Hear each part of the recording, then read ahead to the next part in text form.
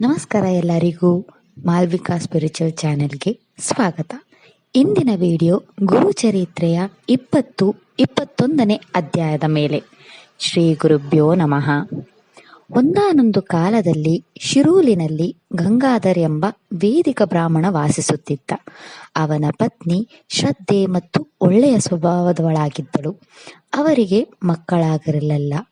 ಬ್ರಾಹ್ಮಣ ಪತ್ನಿಗೆ ಕೆಲವು ಆರೋಗ್ಯ ಸಮಸ್ಯೆಗಳು ಉಂಟಾಗಿದ್ದರಿಂದ ಎಲ್ಲ ಮಕ್ಕಳು ಹುಟ್ಟಿದ ನಂತರ ಸತ್ತರು. ಅವಳು ಅನೇಕ ಉಪವಾಸಗಳು ಮತ್ತು ವ್ರತಗಳನ್ನು ಆಚರಿಸಿದಳು, ಆದರೆ ಅವು ಫಲ ನೀಡಲಿಲ್ಲ.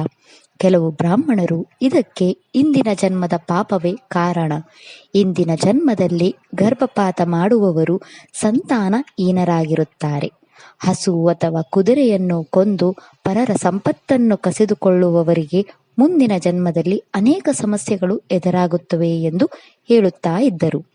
ಅವರಲ್ಲಿ ಒಬ್ಬ ಬ್ರಾಹ್ಮಣ ಅವಳಿಗೆ ಹೇಳಿದನು, ನೀನು ಶೌನಕ ಗೋತ್ರದ ಬ್ರಾಹ್ಮಣನಿಂದ ಸ್ವಲ್ಪ ಹಣವನ್ನು ತೆಗೆದುಕೊಂಡಿದ್ದೆ.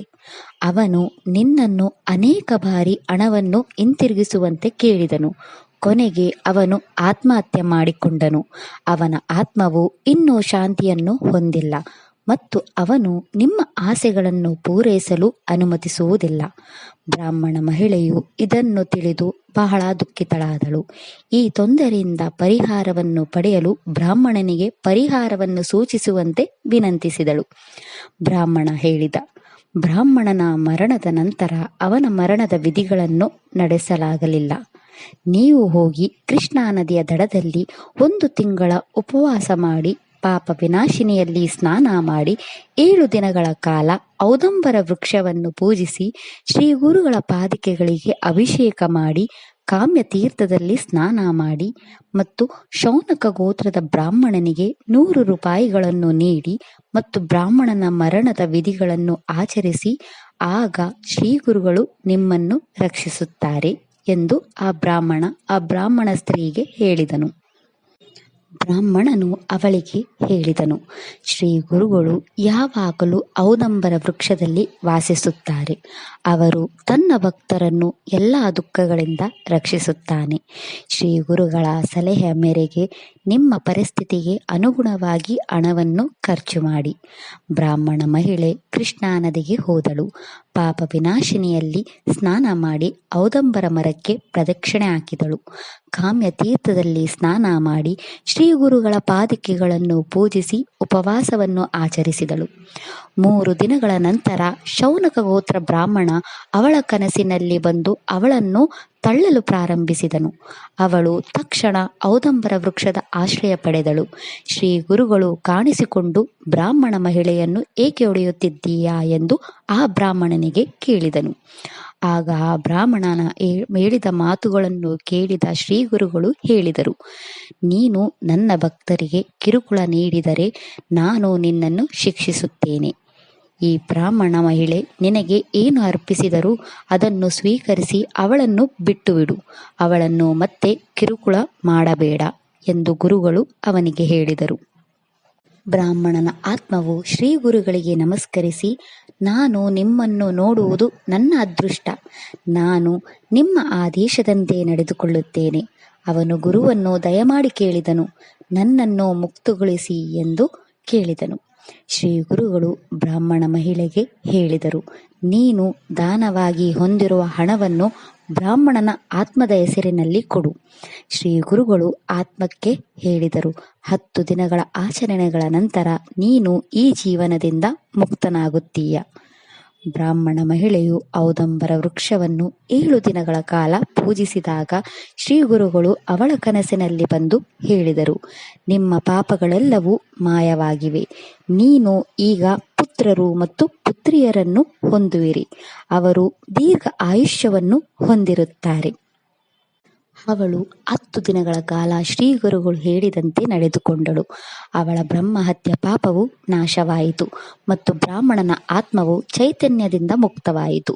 ಕೊನೆಯ ದಿನ ಗುರು ಅವಳ ಕನಸಿನಲ್ಲಿ ಕಾಣಿಸಿಕೊಂಡು ಅವಳ ಸೀರೆಯಲ್ಲಿ 2 ತೆಂಗಿನಕಾಯಿಗಳನ್ನು ಇಟ್ಟು ಅವಳ ವ್ರತದ ಕೊನೆಯ ಆಚರಣೆಯನ್ನು ಮಾಡಲು ಹೇಳಿದರು.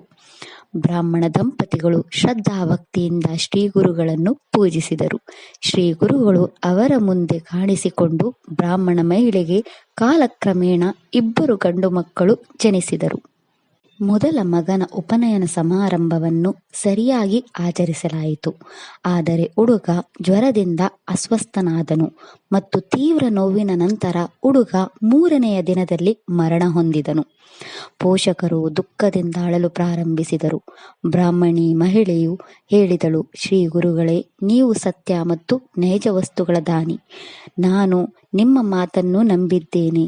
ಇದು ಹೇಗೆ ಸಂಭವಿಸಿತು? ಬ್ರಹ್ಮ ಹತ್ಯೆಯ ಪಾಪದಿಂದಾಗಿ ನಾನು ನಿಮ್ಮ ಆಶ್ರಯ ಪಡೆದೆ. ಮರುದಿನ ಬೆಳಿಗ್ಗೆ ಸ್ಥಳದ ಬ್ರಾಹ್ಮಣರು ಅವಳನ್ನು ಸಮಾಧಾನಪಡಿಸಲು ಪ್ರಯತ್ನಿಸಿದರು ಮತ್ತು ಅಂತ್ಯಕ್ರಿಯೆಗೆ ಹುಡುಗನ ಶವವನ್ನು ಒತ್ತಾಯಿಸಿದರು. ಆದರೆ ಅವಳು ತನ್ನ ಮಗನ ಶವವನ್ನು ಎದೆಯ ಮೇಲೆ ಹಿಡಿದು ಅದನ್ನು ನೀಡಲು ನಿರಾಕರಿಸಿದಳು ಮತ್ತು ಈ ಶವದೊಂದಿಗೆ ನನ್ನನ್ನು ಸುಟ್ಟು ಹಾಕಿ ಎಂದು ಹೇಳಿದಳು. ಎಲ್ಲ ಬ್ರಾಹ್ಮಣರು ಹೇಳಿದರು, ತಾಯಿಯು ಮಗನ ಪ್ರಾಣವನ್ನು ಕೊಡುತ್ತಾಳೆಯೇ? ನೀವು ಎಷ್ಟು ಮೂರ್ಖರು! ಅದಲ್ಲದೆ ಆತ್ಮಹತ್ಯೆ ಮಾಡಿಕೊಳ್ಳುವುದು ಮಹಾಪಾಪ. ಮಧ್ಯಾಹ್ನವಾದರೂ ಅವಳು ಶವವನ್ನು ಬಿಡಲಿಲ್ಲ. ಅಷ್ಟರಲ್ಲಿ ಸನ್ಯಾಸಿಯೊಬ್ಬರು ಅಲ್ಲಿಗೆ ಬಂದು ಸಲಹೆ ನೀಡಲು ಆರಂಭಿಸಿದರು. ಸನ್ಯಾಸಿಯು ಅವಳಿಗೆ ಹೇಳಿದರು, ನೀವು ವ್ಯರ್ಥವಾಗಿ ಶೋಕಿಸುತ್ತಿದ್ದೀರಿ. ಈ ಲೋಕದಲ್ಲಿ ಹುಟ್ಟಿ ಬಂದವನು ಸಾಯಲೇಬೇಕು. ಈ ದೇಹವು 5 ತತ್ವಗಳಿಂದ ಮಾಡಲ್ಪಟ್ಟಿದೆ ಮತ್ತು ಅವುಗಳನ್ನು ಬೇರ್ಪಡಿಸಿದಾಗ ದೇಹವು ನಾಶವಾಗುತ್ತದೆ. ಸತ್ವ, ರಜಸ ಮತ್ತು ತಾಮಸ 3 ಆ ತತ್ವಗಳ ಗುಣಗಳು. ಸತ್ವಗುಣವು ದೇವರನ್ನು, ರಜೋಗುಣವು ಮಾನವನನ್ನು ಮತ್ತು ತಮೋಗುಣವು ರಾಕ್ಷಸನನ್ನು ಹುಟ್ಟಿಸುತ್ತದೆ. ಮನುಷ್ಯ ಒಳ್ಳೆಯ ಮತ್ತು ಕೆಟ್ಟ ಕಾರ್ಯಗಳನ್ನು ಮಾಡುತ್ತಾನೆ ಮತ್ತು ಅದರಂತೆ ಅವನು ಮುಂದಿನ ಜನ್ಮದಲ್ಲಿ ಸುಖ ಅಥವಾ ಸಂಕಟವನ್ನು ಪಡೆಯುತ್ತಾನೆ. ವಾತ್ಸಲ್ಯ ಮತ್ತು ದುರಾಸೆಯಿಂದ ಭ್ರಮೆಗೊಂಡ ಮನುಷ್ಯರು ಸುಖ ದುಃಖಗಳನ್ನು ಹೊಂದಿರುತ್ತಾರೆ. ನಮ್ಮ ಜೀವನವು ಇಂದಿನ ಜನ್ಮದ ಕ್ರಿಯೆಗಳ ಮೇಲೆ ಅವಲಂಬಿತವಾಗಿದೆ. ದೇವತೆಗಳು ಮತ್ತು ಋಷಿಗಳು ಸಹ ಬಳಲುತ್ತಿದ್ದಾರೆ. ಆರಂಭದಲ್ಲಿ ಹೆಣ್ಣು ಗರ್ಭಿಣಿಯಾಗಿದ್ದಾಗ ಮಗುವಿಗೆ ಆಕಾರವಿರಲ್ಲ, ಆದರೆ ಅದು ಬೆಳವಣಿಗೆಯಾಗುತ್ತದೆ ಮತ್ತು ಜನ್ಮಕ್ಕೆ ಬರುತ್ತದೆ. ಅದರಿಂದ ಅದು ಮುಂದೊಂದು ದಿನ ನಾಶವಾಗುತ್ತದೆ ಎಂಬುದು ಸ್ಪಷ್ಟವಾಗಿದೆ. ದೇಹವು ನೀರಿನಲ್ಲಿರುವ ಗುಳ್ಳೆಯಂತೆ. ಕೆಲವರು ಬಾಲ್ಯದಲ್ಲಿ, ಕೆಲವರು ಯೌವನದಲ್ಲಿ ಮತ್ತು ಕೆಲವರು ವೃದ್ಧಾಪ್ಯದಲ್ಲಿ ಇಂದಿನ ಜನ್ಮದ ಕ್ರಿಯೆಗಳ ಪ್ರಕಾರ ಸಾಯುತ್ತಾರೆ. ಆದರೆ ವಾತ್ಸಲ್ಯದಿಂದಾಗಿ ಅವಳು ತಾಯಿ ಎಂದು ಹೇಳಲಾಗುತ್ತದೆ. ಅವನು ತಂದೆ, ಮಗ, ಹೆಂಡತಿ, ಸ್ನೇಹಿತೆ ಮತ್ತು ಇತರರು ಎಂದು ಹೇಳಲಾಗುತ್ತದೆ. ದೇಹವು ಶುದ್ಧವಾಗಿರುವಂತೆ ತೋರುತ್ತದೆ, ಆದರೆ ಅದು ಮಾಂಸ, ರಕ್ತ, ಮೂತ್ರ, ಕೊಳಕು ಇತ್ಯಾದಿಗಳಿಂದ ತುಂಬಿರುತ್ತದೆ. ಒಬ್ಬನು ಜನ್ಮಕ್ಕೆ ಬಂದಂತೆ ಒಬ್ಬನ ಸಂತೋಷ ಮತ್ತು ದುಃಖವು ಉದ್ದೇಶಿತವಾಗಿರುತ್ತದೆ. ಸಾವಿನ ಮೇಲೆ ಯಾರೂ ಜಯ ಸಾಧಿಸಿಲ್ಲ. ಒಬ್ಬರು ಖಜಾನೆಯನ್ನು ಕನಸಿನಲ್ಲಿ ನೋಡಿರುತ್ತಾರೆ, ಆದರೆ ಪ್ರಾಯೋಗಿಕ ಜೀವನದಲ್ಲಿ ಅದರಿಂದ ಏನು ಪ್ರಯೋಜನವಿರಲ್ಲ. ಪ್ರಾಣಿಗಳು, ಪಕ್ಷಿಗಳು, ಹುಳುಗಳು, ಮನುಷ್ಯರು ಇತ್ಯಾದಿ ವಿವಿಧ ಯೋನಿಗಳಲ್ಲಿ ಅನೇಕ ಜೀವನಗಳನ್ನು ಹೊಂದಿರುತ್ತಾರೆ. ಆದರೆ ಇವುಗಳಲ್ಲಿ ಎಷ್ಟು ನೀವು ನೆನಪಿಕೊಳ್ಳಿರಬಹುದು? ನೀವು ಮನುಷ್ಯರಾಗದಿದ್ದರೆ ನೀವು ಯಾರ ಹೆಂಡತಿ ಅಥವಾ ಮಗಳು ಎಂದು ಹೇಳಬಹುದೇ? ಇದನ್ನು ಅರಿಯಲು ಸಾಧ್ಯವಾಗದಿದ್ದರೆ ಮಗನೇ ಎಂದು ಹೇಗೆ ಕರಗುತ್ತಿದ್ದೀರಿ?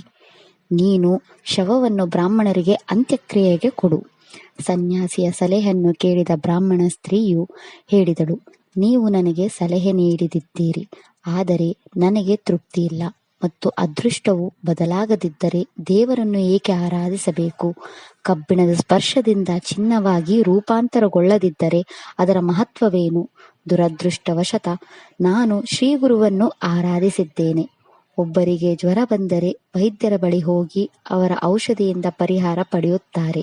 ಶ್ರೀ ಗುರು ನರಸಿಂಹ ಸರಸ್ವತಿ ತ್ರಿಮೂರ್ತಿಗಳ ಅವತಾರ. ಆತನು ನಮಗೆ ಆಯುಷ್ಯವಿರುವ ಪುತ್ರರನ್ನು ಕೊಟ್ಟು ಅನುಗ್ರಹಿಸಿದ್ದಾನೆ. ಅದು ಅಸತ್ಯವಾಗುವುದು ಹೇಗೆ? ಏಕೆ ಈ ದುರಂತ ನನಗೇ ಆಗಬೇಕು? ಹೀಗಾಗಿ ನಾನು ನನ್ನ ಪ್ರಾಣ ಬಿಡಲು ನಿರ್ಧರಿಸಿದ್ದೇನೆ ಎಂದಳು. ಅವಳ ನಿರ್ಧಾರವನ್ನು ಕೇಳಿದ ಸನ್ಯಾಸಿಯು ಹೇಳಿದನು, ಶ್ರೀ ಗುರುಗಳು ನಿಮಗೆ ದೀರ್ಘ ಆಯುಷ್ಯವನ್ನು ಹೊಂದಲು ಪುತ್ರರನ್ನು ಆಶೀರ್ವಾದಿಸಿದರೆ ಮತ್ತು ಇನ್ನೂ ನಿಮ್ಮ ಮಗ ಸತ್ತಿದ್ದಾನೆ, ನಂತರ ನೀವು ಸತ್ತ ನಿಮ್ಮ ಮಗುವಿನೊಂದಿಗೆ ಔದಂಬರ ವೃಕ್ಷದ ಸ್ಥಳಕ್ಕೆ ಹೋಗುವುದು ಉತ್ತಮ.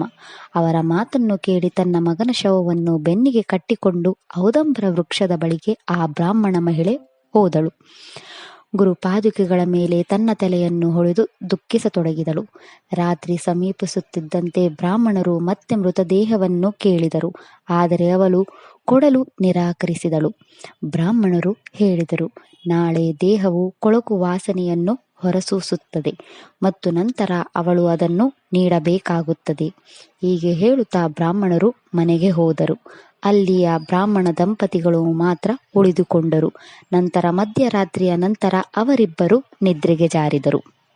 ಆಕೆಯ ಕನಸಿನಲ್ಲಿ ದೇಹದಲ್ಲಿ ವಿಭೂತಿ ಗುರುತುಗಳು, ಕುತ್ತಿಗೆಯಲ್ಲಿ ರುದ್ರಾಕ್ಷಿಯ ಮಾಲೆ, ಕೈಯಲ್ಲಿ ತ್ರಿಶೂಲ ಮತ್ತು ದೇಹದ ಮೇಲೆ ಹುಲಿ ಚರ್ಮವನ್ನು ಹೊಂದಿರುವ ವ್ಯಕ್ತಿಯನ್ನು ಕಂಡಳು. ಅವನು ಅವಳಿಗೆ, ನೀನೇಕೆ ನನ್ನನ್ನು ದೂಷಿಸಿ ಶೋಕಿಸುತ್ತಿದ್ದೀಯಾ? ನಿನ್ನ ಮಗನಿಗೆ ಏನಾಗಿದೆ? ಹೀಗೆ ಹೇಳುತ್ತಾ ತನ್ನ ಮಗನ ಹಣೆಗೆ ಭಸ್ಮ ಹಚ್ಚಿದನು.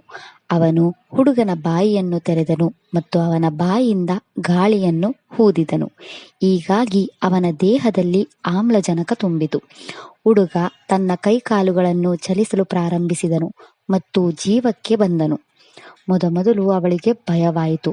ಮನಸ್ಸಿನಲ್ಲಿ ಏನಿದೆಯೋ ಅದನ್ನು ಕನಸಿನಲ್ಲಿ ನೋಡುತ್ತಾಳೆ ಎಂದು ಕೊಂಡಳು. ಆದರೆ ಅವಳು ಎಚ್ಚರವಾದಾಗ ಹುಡುಗನು ಚಾಲನೆಯನ್ನು ಮಾಡುತ್ತಿದ್ದಾನೆ ಮತ್ತು ಅವನ ದೇಹವು ಬೆಚ್ಚಗಾಗಿರುವುದನ್ನು ಕಂಡಳು. ಅವಳು ಮೊದಲಿಗೆ ಭಯದಿಂದ ಹುಡುಗನನ್ನು ದೂರ ಇಟ್ಟಳು. ಆದರೆ ಹುಡುಗ ಕುಳಿತುಕೊಂಡು ತನಗೆ ಹಸಿದಾಗಿದೆ ಎಂದನು. ಅವನಿಗೆ ಹಸುವಾಗಿದೆ ಎಂದು ಹೇಳಿದನು. ಅವಳು ಅವನನ್ನು ತನ್ನ ಎದೆಗೆ ಕರೆದೊಯ್ದು ಹಾಲು ಕುಡಿಸಿದಳು. ನಂತರ ಅವಳು ತನ್ನ ಭಯವನ್ನು ತೊರೆದಳು ಮತ್ತು ಸಂತೋಷಪಟ್ಟಳು. ಅವಳು ತನ್ನ ಗಂಡನನ್ನು ಎಬ್ಬಿಸಿದಳು. ಇಬ್ಬರು ಶ್ರೀ ಗುರುಗಳ ಪಾದುಕೆಗಳಿಗೆ ನಮಸ್ಕರಿಸಿ ಪ್ರಾರ್ಥಿಸಿದರು. ನಮ್ಮ ಕಠೋರ ಮಾತುಗಳಿಗಾಗಿ ದಯವಿಟ್ಟು ನಮ್ಮನ್ನು ಕ್ಷಮಿಸಿ ಗುರುಗಳೇ ಎಂದು ಕೇಳಿಕೊಂಡರು. ಅವರು ಔದಂಬರ ಮರವನ್ನು ಸುತ್ತಿ ಸ್ನಾನಕ್ಕೆ ಹೋದರು. ಸ್ನಾನದ ನಂತರ ಅವರು ಪಾದುಕೆಗಳ ಮೇಲಿನ ರಕ್ತವನ್ನು ತೊಳೆದು ಬಹಳ ಭಕ್ತಿಯಿಂದ ಶ್ರೀಗುರುವನ್ನು ಪೂಜಿಸಿದರು. ಅಷ್ಟೊತ್ತಿಗೆ ಬೆಳಗ್ಗಿನ ಜಾವವಾಗಿತ್ತು. ಬ್ರಾಹ್ಮಣರು ಮತ್ತೆ ಅಲ್ಲಿಗೆ ಅಂತ್ಯಕ್ರಿಯೆಗೆ ಬಂದರು. ಆದರೆ ಅವರು ಮಗು ಜೀವಂತವಾಗಿರುವುದನ್ನು ಕಂಡು ಆಶ್ಚರ್ಯಚಕಿತರಾದರು. ಎಲ್ಲರೂ ಈ ಪವಾಡವನ್ನು ಕಂಡು ಸಂತೋಷಪಟ್ಟರು ಮತ್ತು ಶ್ರೀಗುರುವಿನ ಶ್ರೇಷ್ಠತೆಯನ್ನು ಕೊಂಡಾಡಿದರು. ಇದಿಷ್ಟು ಗುರುಚರಿತ್ರೆಯ 20 ಮತ್ತು 21ನೇ ಅಧ್ಯಾಯ. ಹೇಗೆ ಶ್ರೀ ಗುರುವು ನಂಬಿದ ಭಕ್ತರ ಕೈ ಯಾವಾಗಲೂ ಬಿಡುವುದಿಲ್ಲ, ಹೇಗೆ ಶ್ರೀ ಗುರು ಆ ಬ್ರಾಹ್ಮಣ ಸ್ತ್ರೀಯ ಹಿಂದಿನ ಜನ್ಮದ ಪಾಪವನ್ನು ನಾಶ ಮಾಡಿ ಹೊಸ ಜೀವನವನ್ನು ಕೊಟ್ಟರು. ಶ್ರೀ ಗುರುಭ್ಯೋ ನಮಃ. ವಿಡಿಯೋ ಇಷ್ಟ ಆದರೆ ಲೈಕ್ ಮಾಡಿ, ನಿಮ್ಮ ಫ್ಯಾಮಿಲಿ ಫ್ರೆಂಡ್ಸ್ ಅವರಿಗೆ ಶೇರ್ ಮಾಡಿ ಮತ್ತು ಚಾನಲ್ ಸಪೋರ್ಟ್ ಮಾಡೋಕ್ಕೆ ಸಬ್ಸ್ಕ್ರೈಬ್ ಮಾಡಿ. ಧನ್ಯವಾದಗಳು.